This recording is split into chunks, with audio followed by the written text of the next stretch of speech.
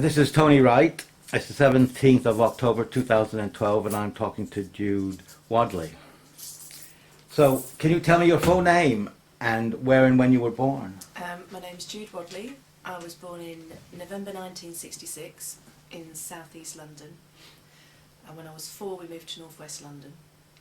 And then in 1992 I moved to Hebden Bridge. Right. So you lived in London all your life before you moved to Hebden? Till I was 20. Yeah. And what was it like in London in those days?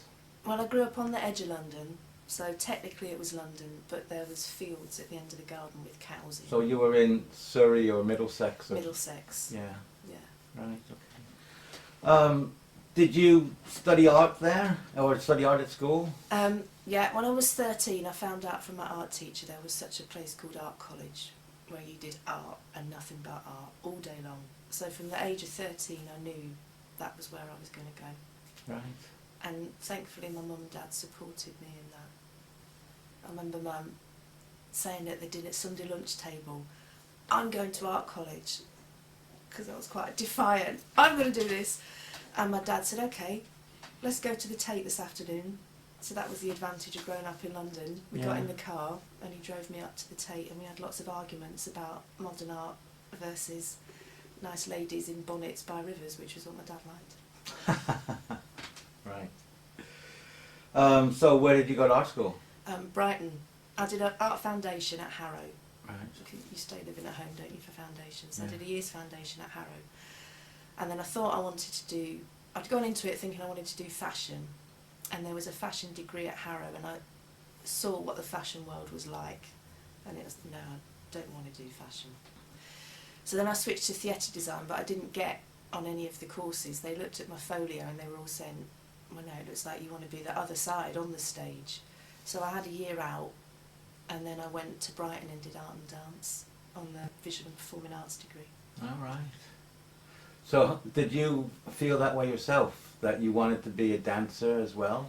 No, I'd always been physical and I'd liked dancing, but I'd always done other things, so I'd never really pursued dance. I guess I'd never realised I had a talent for it. Right.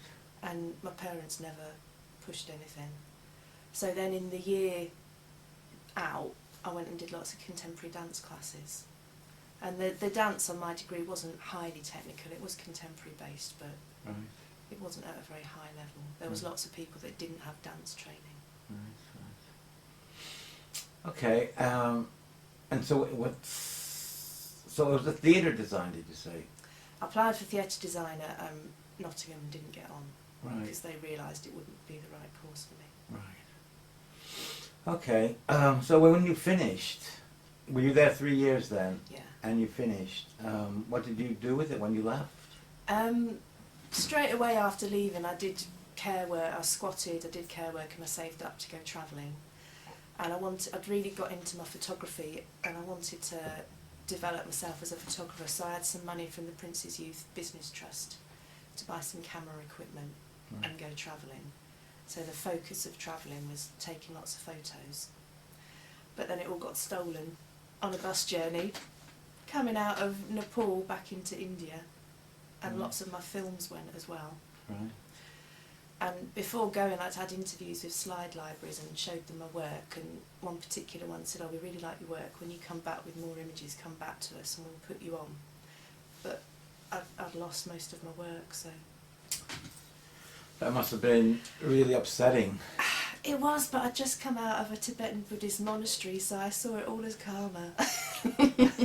I was literally leaving the monastery on the bus journey back to India. So I saw it very much as karma and part of what my journey was. How did you get into a monastery? How did they let you in? They ran courses for Westerners to learn more about Tibetan Buddhism. Oh, right. So I was on a 2-week course with other Westerners from all over the world. Right. And so you just took photographs while you were there then? I did, and Yeah. then I obviously lost all those photos. Yeah. So did that, that time there, did that affect you in a spiritual way? Have you carried that sort of thing through in your life? I'm not Buddhist, but a lot of the teachings that I received there Right. have yeah, they've been important to me and they've helped shape the way I think about things. Right, okay. So you came back without any, without any work. What did you do? That was when I moved to Hebden. Right. And I moved to Hebden and I carried on my photography. And I also got studios and did my artwork. I kind of was an artist. It was a time in my life when I was making work a lot of the time, selling some of it, exhibiting it. Right. Is that 92, did you say? Yeah, yeah. What studios were you in? I had a studio in a friend's empty building. I used to cut mounts. He sold antique maps and prints, so I used to cut mounts for him in return for free studio space in his building, which was a good arrangement. Yeah. And later on I had a studio at Northlight when it was at Melbourne Street. Yeah. Right, okay. Did you not move with Northlight when they went down to the new place then? I'd already left by then. Oh, right. Why did you leave? Because I'd started teaching and it was just taking up too much time. Right. And I was also making the transition to being self-employed as a community artist. Right. So I was never in the studio. I couldn't warrant paying for it and not being there. Right, so did you do like a teaching degree as well then to be able to do going to schools? Yeah, yeah. I got fed up of being broke Yeah. and having no money. Was it primary or secondary? Secondary art. Right. And the reason I did it was because I'd been travelling in Africa and just fallen in love with being in Africa and thought I want to come back and be here for a long time and have a role and be part of the community. Oh right, what was Africa like then? Well, I went to Botswana because I didn't want to teach in an international school. I wanted to work with normal kids. Yeah. Well, all kids are normal, aren't they? I wanted to work with kids that weren't the children of diplomats and presidents. And Yeah. so the only African government that was looking for art teachers was Botswana. And they did a massive recruitment. They used the British Council and they used an Irish organisation. They had teachers from Cuba, there was teachers from all over Africa, there was teachers from India.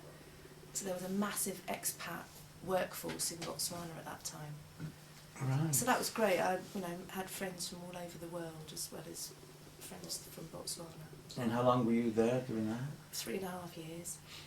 And whereabouts, I mean, were you in a big city or were you out in the countryside? Where were you? I started off in the capital city, but I love the country.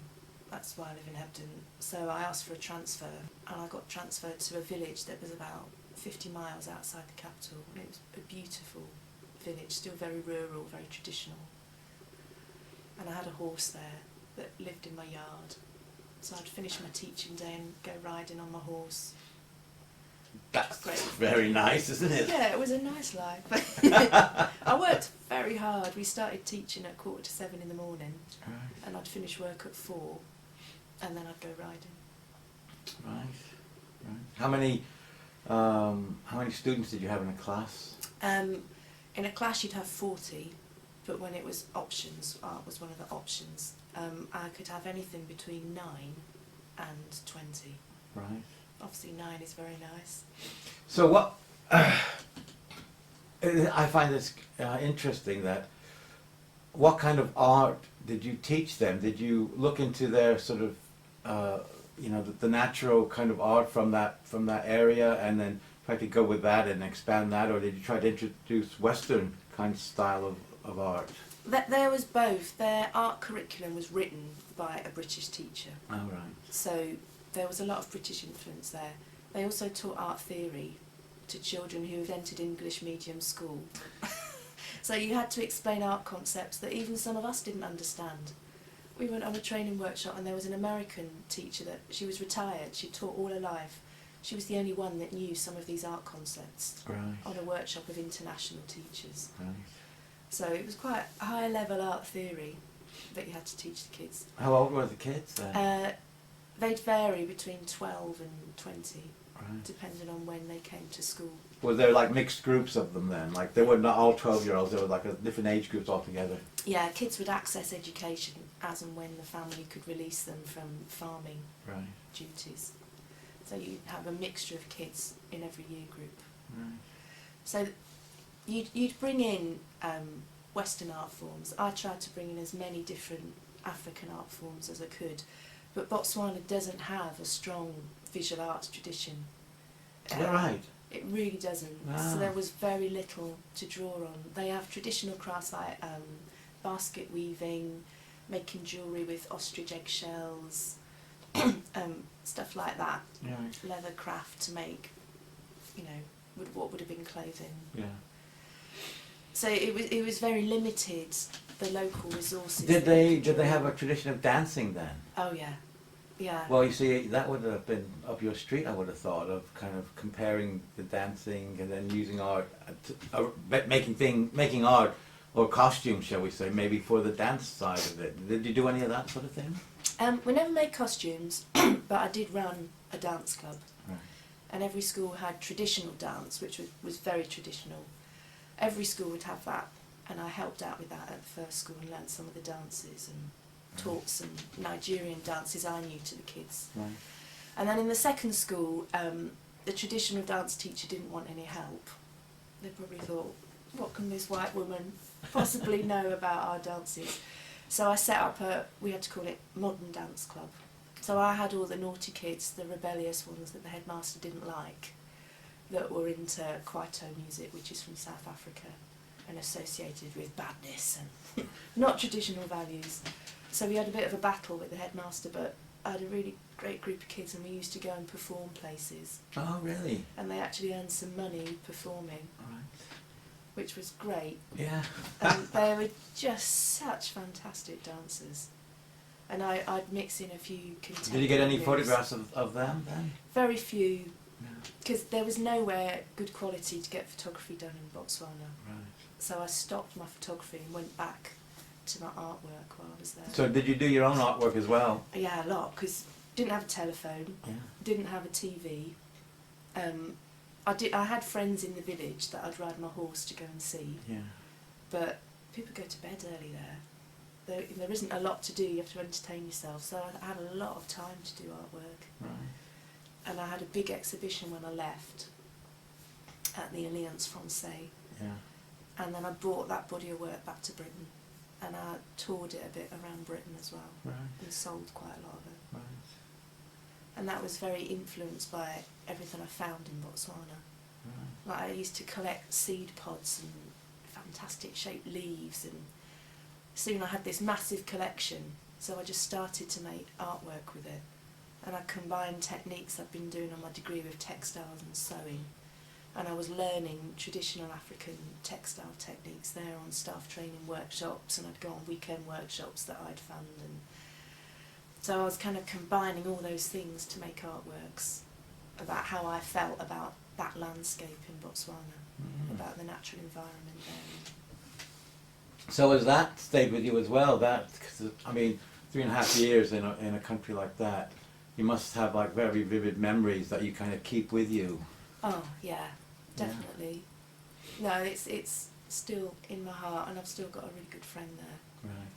And it's influenced a lot of what I do. I've learned a lot of textile techniques that I now use in my work with groups. Right. Right. So it gave me a lot of skills. Yeah. Okay. So, when you came back from there, that's when you came to Hebden, was it?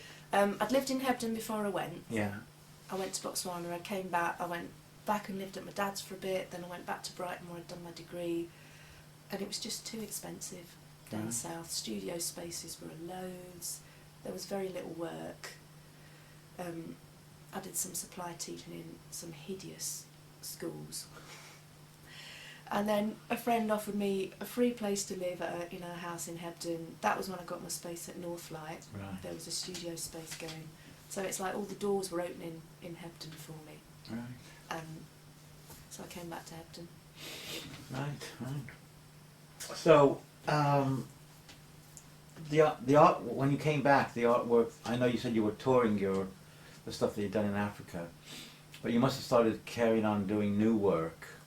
Yeah, it was still on that theme. I bought loads of seed pods back. So the landscape around Hebden Bridge and this area, did that influence any of your new work, or were you just still doing the African thing when you came back? Yeah, I was still kind of working with those materials. The first time I'd moved to Hebden, I'd photographed the landscape throughout a year, Yeah. and I'd exhibited that body of work. It was called Earth Changes. It was kind of Hebden through the seasons. Right. And I still go to people's offices and they've got photos they bought on the wall from me. That's really nice. And Hang on. Can't find it.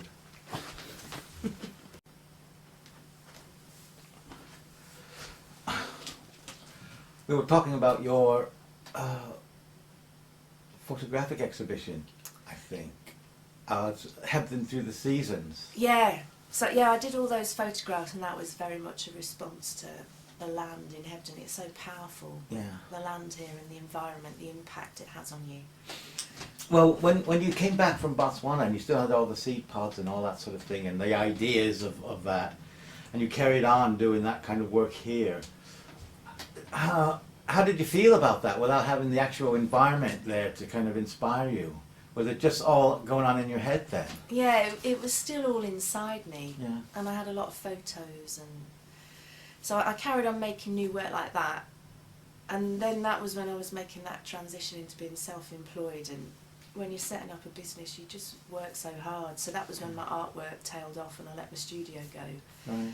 And I'd been starting to use English materials in the work, English wood, and collecting English seed pods, and I had lots of ideas for making similar work using British trees, and Yeah. but that work never happened Right. because earning a living took over and setting up a business as a community Yeah. artist took over.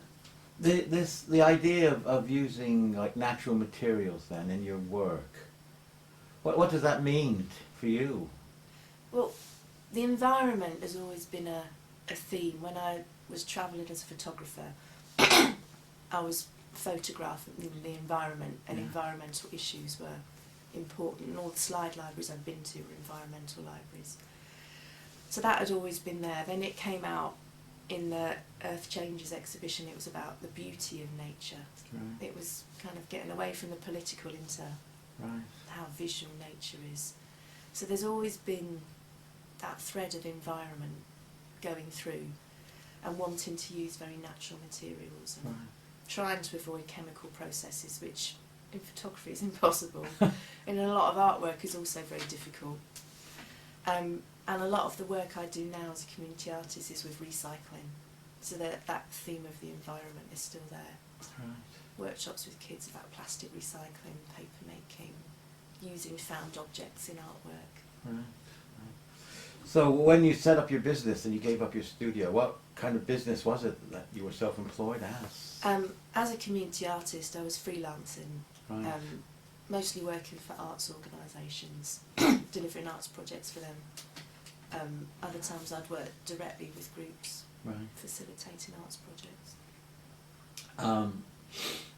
So when you say you worked with arts organisations, like what? You know? I did a lot of work for Action Factory in Blackburn. Right. So all of that work was across in East Lancashire, Blackburn and Burnley.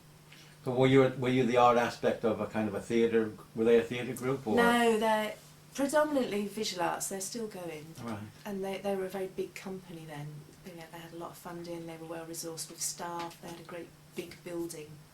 They're a very dynamic company, and they Right. worked with a lot of artists. There's a lot of artists in Hebden that worked for them. Right. I started working for them through other friends in Hebden that worked there. I see. So Right. lots of us were driving a 50-mile round trip to work in East Lancashire. Right. So how long were you self-employed? Is that carried on and on? Yeah, I'm still self-employed. It's been 11 years now, Right. and I've mixed it with other work. I got into project management through Action Factory, Right. and then after I had my daughter, I didn't want to be doing that travelling. I wanted my work to be based in Calderdale and as locally as possible. Right. So then I got the job working for Heads. What's Heads? Heads was a community arts organisation in Hebden, very small, set up by John Lyons and Jean Rees, and they had the Hourglass Gallery, and then they developed the community arm of what John did really as his work as an artist. Then they got some Arts Council funding and pulled out and put paid staff in. So that's the time that I came to work there. Right. So Heads was making the transition between being a volunteer-led organisation that was very much the vision of two individuals into becoming a professional arts organisation, albeit a very small one. Right. So we had lots of policies to write, and that's the best way you learn, when you're thrown in at the deep end and you have to make it up as you're going along. So yeah, a steep learning curve. So was this community arts, or was it in education as well? Or? The mission statement that we inherited was to use arts to educate. Right. So we carried that on, but we took it out into the community more. We diversified the type of groups we were working with. Right. And the age ranges. We did lots of work in Halifax as well, and the focus of the project came about bringing different groups of the community of Calderdale together. So we'd have visual arts projects, dance projects, music projects, and they'd all come together in a big showcase at Square Chapel. Right. And we did 3 of them. We worked through the seasons. We'd inherited a seasonal, the elements. The first project had been drawing on the earth, Right. so we followed through and we did drawing on water and drawing in the air. Right. And then before we had time to drawing with fire, we just couldn't get any more funding. Right. That's when the cuts had come in and loads of arts organisations were losing funding, and it was easier just to shut down the organisation than keep staggering on with no funding. Right. But after we finished with the elements, I think fire never happened, because then we got drawn into the parade Right. and working with Thingamajig Theatre. So we partnered Thingamajig to help. This was the handheld. Hebden Bridge Handmade Parade. Right. So Heads was there partnering Thingamajig. The idea came from Andrew Kim. I'd always wanted to revitalise the carnival in Hebden. So when Andrew came with that idea, I was like, yeah, come on, let's do it. So that was how the parade was born, out of Thingamajig and Heads. Well, you changed it really, because that parade happened every year and had done for many, many years, but not the handheld aspect of it. And you transformed it all, really, didn't you? And that's Andrew's vision. That's, Yeah. you know, handmade art with no logos, no publicity. It's not a vehicle for commercial sponsorship. It's about art made by people, which is very much how Heads was working. So the two philosophies fitted well together. Yeah. And then the Handmade Parade now has gone from strength to strength in its own right. Well, I videoed it, all of it, about 2 years ago. So I have got a version of it, which hopefully will go onto our YouTube. Have you been working on the recent ones? Yeah, I had a couple of years when my freelance work had taken over. I was working for creative partnerships a lot. Right. And just the time frame of the year clashed, and I wasn't involved with the parade very much. Right. But now I'm back involved with them again. I'm running the outreach again, which was the projects that I'd set up. That was what Heads had brought to it. Yeah. The outreach projects have been very much Heads' contribution. So when you say outreach, what do you mean by that? That's still working with the community groups. Yeah. All of the workshops that happen at the Handmade Parade workshop are open to everyone. Yeah. But that means they're not accessible to many people, whether it's mobility issues or different access issues. So that's always been what I love doing, giving art opportunities to people that wouldn't otherwise have opportunities to be creative and make art. So that's where my passion is. So you go out to the people, so to speak. Yeah. Where do you do that around here then? We work with the elderly. We work at Myther Meadows. We work at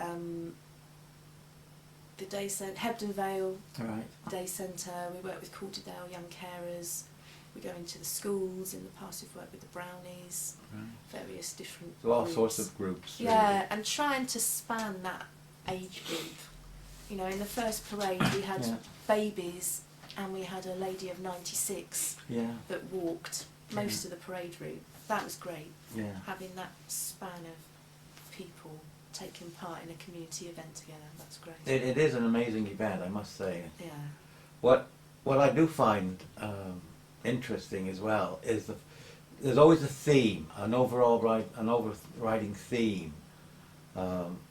Now, who decides what that theme is? Is it a kind of consultation between various people, or is it just thingamajig says, we think this is a good idea, let's see how it fits, sort of thing? It's always been a public consultation. Yeah. After the first year, always been a well publicised public meeting. Right. There's boxes in the library and the co-op that leading up to that meeting people can put their ideas in, what they'd like to see. Right. Then all the ideas will be collected at that meeting, drawings, sketches, verbal suggestions, notes that have been put in the boxes, and then the parade committee will sit down and write, how can we make a coherent theme out of all these ideas? Right. So the final say is with the parade committee, Yeah. but the ideas come from the community. Right. Okay. That's pretty good. That. Yeah. Well, it's trying to be as democratic as it can. It is, you know, a truly community event. Right. So, apart from the Handmade Parade, what other artwork are you doing at the minute then? Well, I don't do my own artwork at all. Right. Having a child, trying to earn a living, there's just not time. Right. But I went round Open Studios a couple of Christmases ago and thought, why is there so many women in their late 50s and 60s? They just are so represented as a group. And then I reflected on it and I thought, it's because their kids have gone. Right. They've done their mothering and their work life, and now they've got the time to devote to their own artwork. Right. So I'm kind of reassured by that one day, when my daughter's gone and, you know, doesn't need me as much anymore, Yeah. then I'll be able to have a studio again and get back into my own work. Right. Right. That's good. But Well, it's nice to have a dream, you know. yeah, it's held up there for the future. Because I make examples to show groups in workshops, you know, this is what we're going to be doing. But apart from that, Yeah. I'm very rarely. So, what kind of workshops are you doing then? Just recently, I've worked more with schools. Right.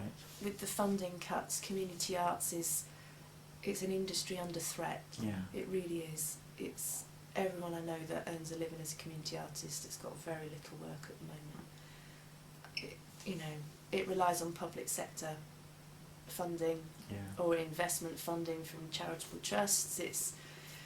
There's very little money there. It's not a priority. Yeah. Healthcare is always going to come before creativity, sadly. Yeah. Even though I think you can prevent a lot of health issues by using creativity, particularly Arts for Health, which does seem to be keeping its funding more than any other area, which is reassuring Yeah. that people do realise that art will keep you healthy. Yeah. So that's good. So most of my work in the last year has been with schools, because Right. they can cobble together bits of money and nothing's as well paid as it was before. Yeah. I do a lot of work for free. Yeah. You know, a couple of days might be paid, and in order to do a good project I'll do 3 or 4 extra days unpaid, Yeah. because it's about keeping your reputation going. Yeah. And a lot of schools don't have much money, so it's good I do recycling projects. I've just done a playground project in Halifax. I think I spent £40 on materials, and we worked with 3 classes. That's fantastic. Yeah, they were pleased. Yeah. And we used old bike wheels that the parents brought in, Yeah. and the kids all collected bottle tops and plastic waste, Yeah. and we did weaving, and we strung up different things and made kind of mandalas All right. onto the bike wheels, Very nice. and then we've displayed them on the, the fence of the school playground.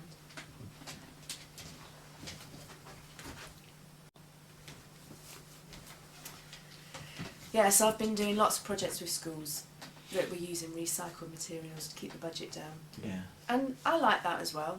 I like the fact that we're recycling, that stuff isn't going into So, landfill. do you pass on this? Is there a kind of like message as well as creativity? Oh, very much so. Yeah. There's a political message. You Right. know, kids now, this is their planet they're inheriting. Yeah. They need to look after it.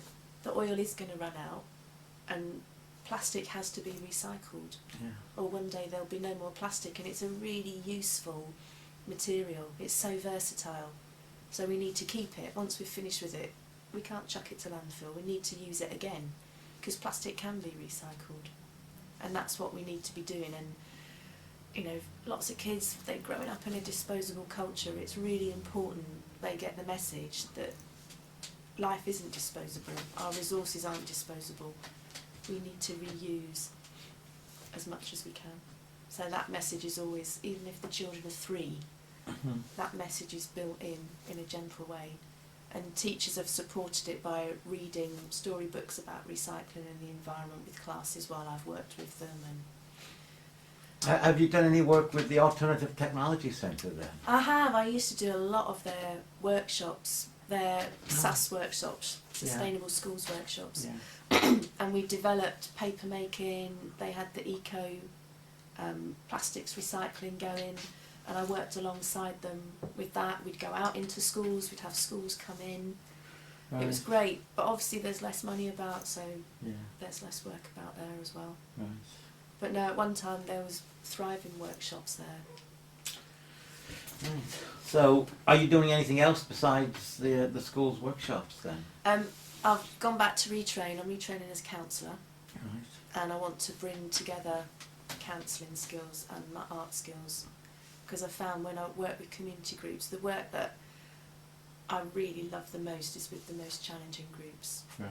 with the participants that are vulnerable, that need that support, and art has become a vehicle for getting a human contact with people, for engaging people, and then helping develop self-esteem and skills and self-belief and self-worth, so that people can participate more fully in, you know, bigger society Yeah. and be less marginalised.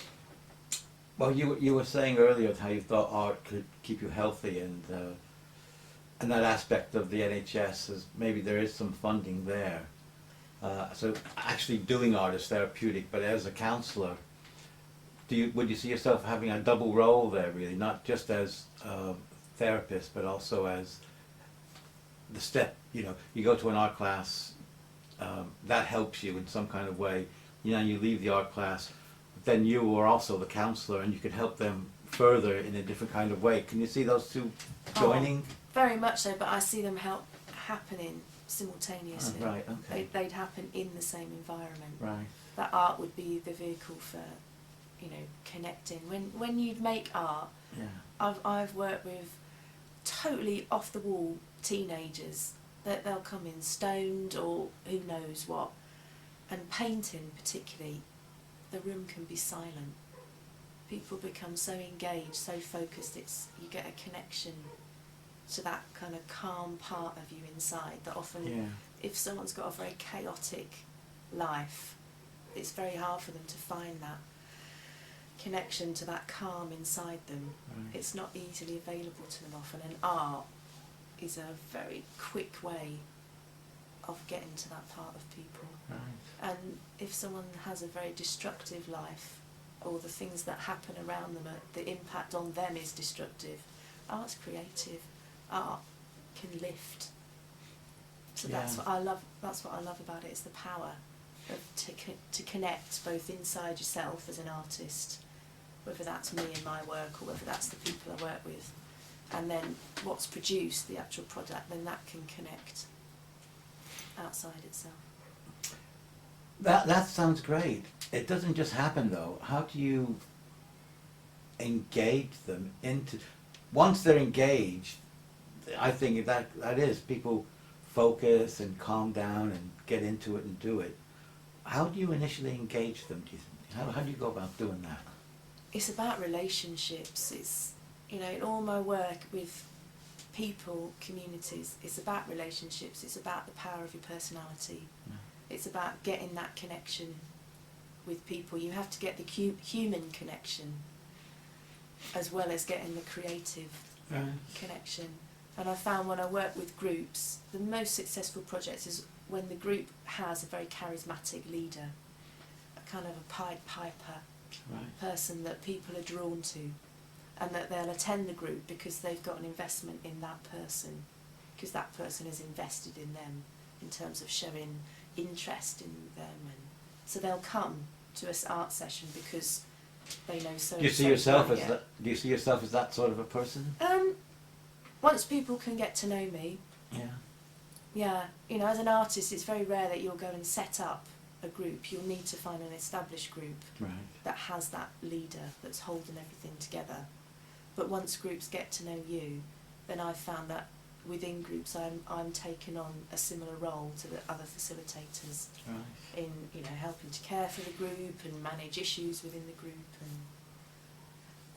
this kind of charismatic personality sort of aspect of things, from your personal point of view, do you think like being in the Buddhist monastery and being in Africa and having that kind of countryside, quiet, isolated, almost spiritual lifestyle, does that all come back to the fore then when you're working with people? Completely. Yeah. Completely. You know, when you I think when you're a creative person, your life can be very bitty. You don't follow a traditional career path. You know, you might be seen as dropping out by mainstream culture, but I believe you're just collecting all the tools you need to put in your basket to do what your work is in your life. So yeah, all of those things. You know, the Buddhism teaches you to be selfless and to always look at yourself and take responsibility. There's no good me working with a group and a young person telling me to F off and me taking my bat and ball home because I'm offended. Yeah. Well, why is that young person telling me to F off? They're having a bad day. Why are they having a bad day? Yeah.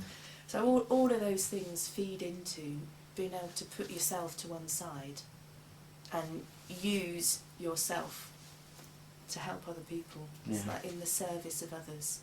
So that's where the Buddhism comes through. Right. I'm okay. You okay? Yeah. Okay.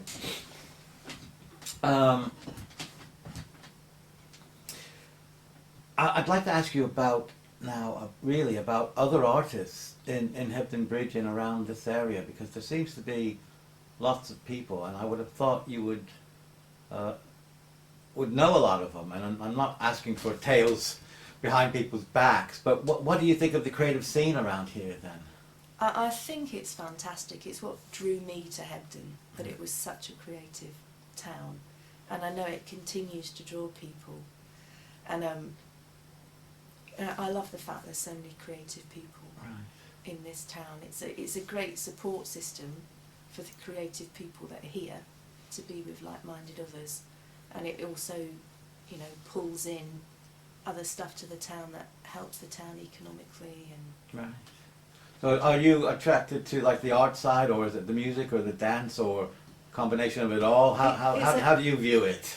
Well, it is everything. I've had a few incarnations in Hebden, and different people that have known me through different times know me as different people. Like when I first lived here, I was very into African dance. There was a class at the Trades Club with a Nigerian teacher that lots of people went to, and a lot of people knew me as a dancer. We did a lot of community dance performances. And then when I came back, I was doing more visual art and the parade and visual arts workshops, less of the dance. So I kind of gone across a lot of communities. And I love the way that everything comes together, especially something like the parade. You're bringing together the musicians. It would be great to get more performers involved. You know, I've always wanted more dance in the parade. You're bringing together visual elements of it as well. And I think a lot of people come to live in Hebden because they love the arts. They might not feel that they're a practitioner themselves, but something like the parade or access to arts workshops means that people get that chance to express themselves. And so I love the parade because it brings both sections of the community together. It brings the professional arts workers and makers and people that love art. Even if they're just watching it, they love the spectacle of it. Do you think it's changed then over the years you've been here? Is it as the creative, the art scene, whatever you want to call it, is that has it gotten bigger, or has it gone in different directions, or expanded? How has it changed at all, do you think? Yeah, I feel everything has changed everywhere, and of course everything will have changed in Hebden. You know, Hebden used to be quite a cheap place to live. Yeah, house prices now make it quite an exclusive. Yeah. You know, I couldn't afford to move here now. A lot of us who are incomers, you know, people that were born here can't afford to stay here, which saddens me a lot. I live on Dodnays, so there's a lot of people who are my neighbours that are born and bred Hebden. I'm very aware of how incomers, like myself, have pushed up the house prices. Yeah. And that's what has happened to me in London. I had to leave London. I can't live near my family because I can't afford to. Yeah. And I see that happening in Hebden because of displacement of people. So that now my neighbours' kids might not afford houses in Hebden. They get pushed to Halifax or Burnley or... Mm-hmm. So I'm always aware of that edge in Hebden, of the impact that the creative community has had on the Indigenous community. Yeah. It's changed Hebden a lot.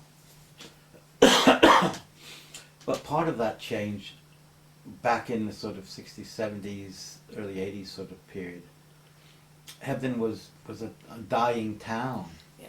And those people who came in revitalised it. Oh, very much so. And then there's been successive waves of other people coming in, which, like you say, have pushed all the house prices in particular, but the living costs as well up. And the shops as well. There's if you need a practical shop, you almost have to go somewhere else because in Hebden you won't find them. I know. Well, I told the owners of Bonsal's only the other day, the day you close down, I'm leaving Hebden.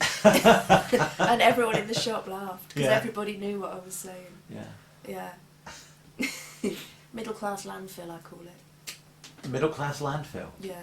Okay, I got it. Yeah. But do you think it might change again?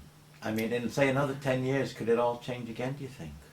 Yeah, very much so. Because I feel that a lot of us in Hebden, we are reliant on public sector funding for our work. Whether we're creative, whether we work with people, you know, there's lots of counsellors, therapists, social workers. Teaching still seems safe at the moment, but a lot of us earn our living through money that comes through the government, and because of cuts, I feel the impact on Hebden is happening. Right. And who knows what the long-term impact will be when more and more of us are losing our livelihoods and our incomes are being reduced. Right. That's obviously going to impact on our economy here. So yeah, who knows what Hebden's next incarnation is. Or maybe it will stay buoyant. Maybe there's enough people that work in the private sector now that live here. Right. Enough visitors, it will keep Hebden buoyant. It's hard to know. No, it's just, I'm just... You're right. Are you mid-interview? Yes, I'm mid-interview, so I shall... Hiya. Right, so, Hebden's economy, I can't remember exactly where we were. I guess how it's changed. Oh, that's right. You know, I've been here 20 years now. I had my 20 years in Hebden anniversary a couple of weekends ago. Right. And it's changed a lot. It really has. Yeah. Like you say, the shops kind of reflect the biggest change. Yeah. That we're all shops for incomers on a day trip now. Whereas, like you say, you have to go to Todd if you want to get some practical stuff. Well, it was part of the plan, really, was to turn Hebden into a tourist town by the local authorities, because they thought that was a way to kind of revitalise it, and it's worked terribly well. But in the meantime, it's lost something. Very much so. Which is kind of, it's a funny thing that's happened, really, and you don't know how to take it, because, for example, you have a daughter who's, I'm not sure how old she is. She's 9. 9. Well, in 10 years' time, when she's 18, will she want to leave this place and travel, you know, like you did, or would she realise that it's such a really good place to actually live? Would she want to try and stay? It's difficult to know. It's really difficult. Yeah. And you know, I hope she'll go and travel and see the world and experience other places. Yeah. Because, you know, there's not a lot of diversity in Hebden. That's true. We're a very white community. My daughter's mixed race. she needs to go and be where there's a more diverse community at some Yeah. point in her life, Yeah. and I hope she does that. Right. And I miss that in Hebden as well, you know, because of the rural nature of it. It means we're a predominantly white community. We don't have what cities have. And Yeah. everybody jokes you can't buy fresh coriander lest it's market day. Whereas if you lived in a city, you'd get it at your corner shop. And That's very true.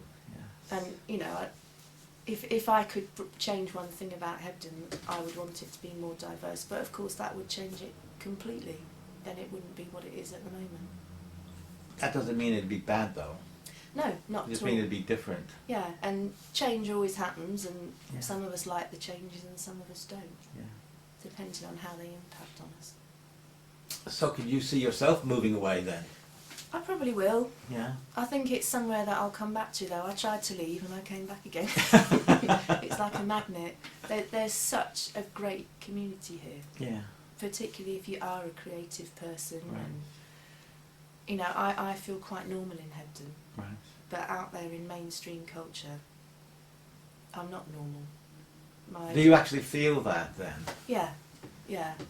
And I call Hebden the green bubble, Right. because we live in this little green bubble where a lot of us have similar political viewpoints, similar ideals about community and how we want to live, about the environment, and that comes together really successfully in Hebden, which is great for all of us here, Yeah. and that's also a magnet that draws people. But it means when you leave that green bubble, you're confronted with mainstream culture, and Right. it's different. Well, when you say mainstream culture, do you mean like the political power, or is it other? Is it attitudes? It's attitudes. Yeah. It's like all of our kids in Hebden, regardless of their family setup, they're all very familiar with blended families, with gay and lesbian parents, with separated parents.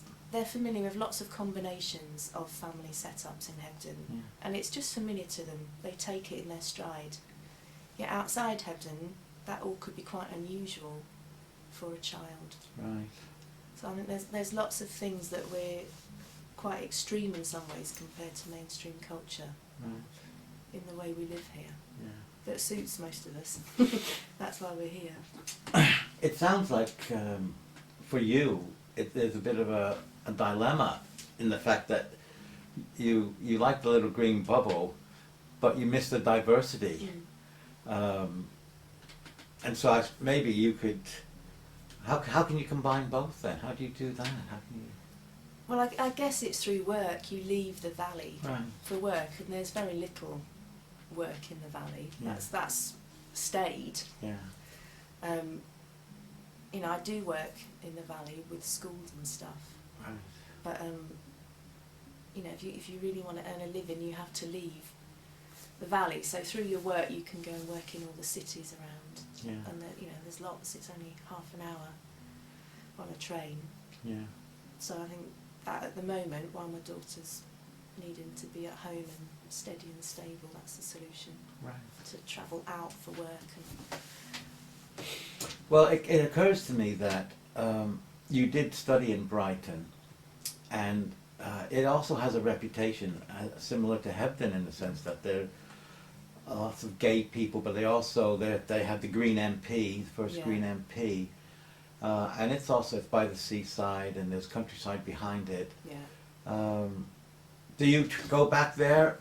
You still know people there and go back Yeah. there? How can you compare the two in any way? In some ways, they're very similar. There's a massive creative community. Right. Yeah, there's the gay and lesbian communities there. But there are a lot of similarities. There's a lot of, like you say, the environmental attitudes. There's probably more vegetarians in Hebden and Brighton than other towns in Britain. They're towns that I feel comfortable Yeah. living in, where I find like-minded people who are Right. like me. Yeah. So I'm comfortable there. Is there any connection between the two towns? Do you know of? I think in terms of people traffic, Right. I meet a lot of people in Hebden that have previously lived in Brighton. All right. So that there's definitely people traffic. Right. And I know a very direct people traffic. When I was living in Brighton and I wanted to come and move to Hebden, I hitched up from Brighton with a gay friend to come and suss out Hebden. And then when I was hitching back again, I hitched out of Leeds and I got a lift with a couple of people who I didn't know. Yeah. They were just strangers, and we got chatting, and they were going to London for the weekend. And I was saying, oh, I live in Brighton. And they were saying, oh, what's Brighton like? So I told them all about Brighton. They ended up moving to Brighton because of that conversation. They stayed in Brighton for a bit. Now they're back in the valley. Yeah. So we all laugh about that one lift hitch Really? of me moving up here, made them move down to Brighton. And then there was other friends in Brighton. I'd been living in Hebden 6 months. I'd been starting to take my photographs. I went back to visit friends and I took some photos with me. And I showed them to some friends and they went, wow, it's beautiful. We want to come to Hebden. So they came up to look for somewhere to live, didn't find anywhere, got back to Brighton station, bumped into a friend of one of their parents who said, I've got a house in Hebden that's empty. Go and rent it from me. So that, so they moved to Hebden. So that Hebden-Brighton connection, I think it's strong in terms of people traffic. Yeah. It's quite unusual, isn't it, that, I think? I think like-minded people will find each other. Right. When I travelled in Asia, I was sitting in a tiny cafe in Darjeeling on my birthday. A tiny cafe, smaller than the room we're sitting in. At the table behind me were two people we knew from Brighton. Really? Yeah. I was on a tiny ferry coming off a Thai island. On the ferry was someone I knew from Brighton. It's a ferry with 25 people on it. Synchronicity, is it? Yeah, I just think if you're into certain things, you're pulled to certain things, and there you'll meet other people that are pulled by the same things. Right. Yeah. So yeah, who knows? Right. Well, I suppose I will ask you now, is there anything I haven't asked you about that you would like to talk about or give an opinion on, or something you said earlier that you wanted to say a bit more about? Is there anything else that you would like to say that I haven't actually asked about?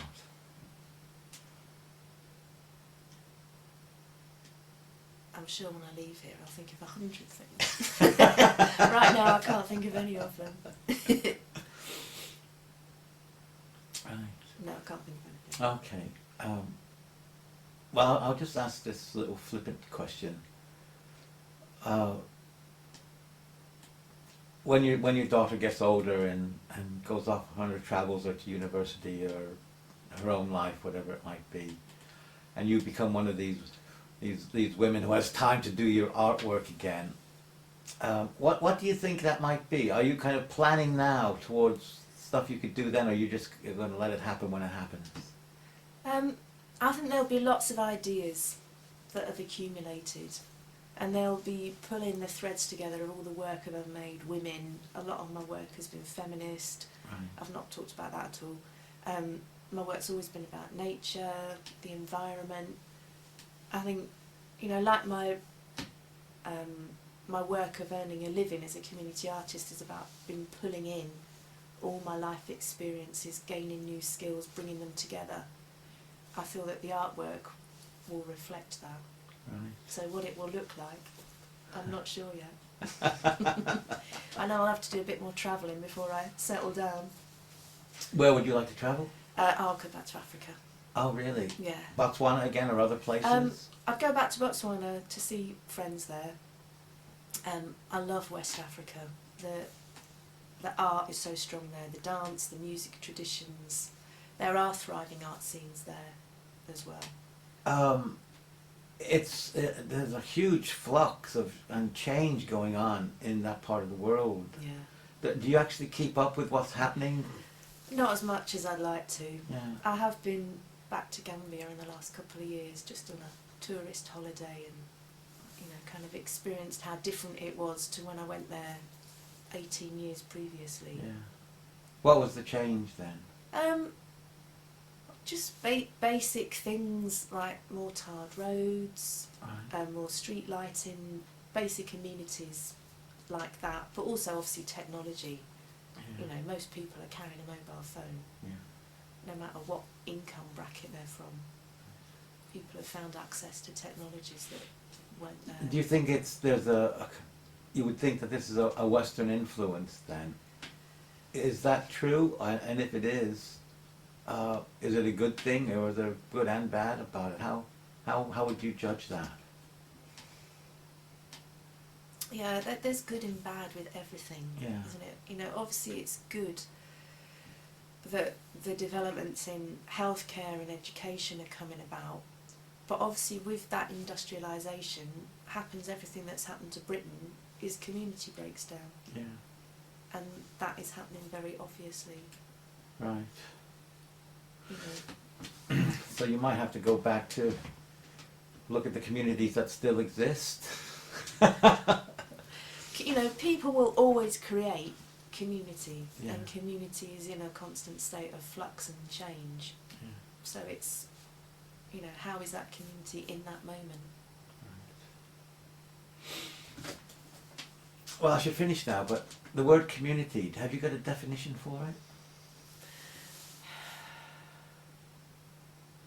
I guess it's how. Well, it's massive, isn't it? Because it's not just geographical. A Yeah. community is the people that live on this street. Yeah. But a community is a global community, especially now with internet. A community can be made up of people of interest, with shared interests, or it can be because you live next door to someone. It's massive. It's just a collection of people, isn't it? That's what community is. Okay, that's fine. That's fine. That's good.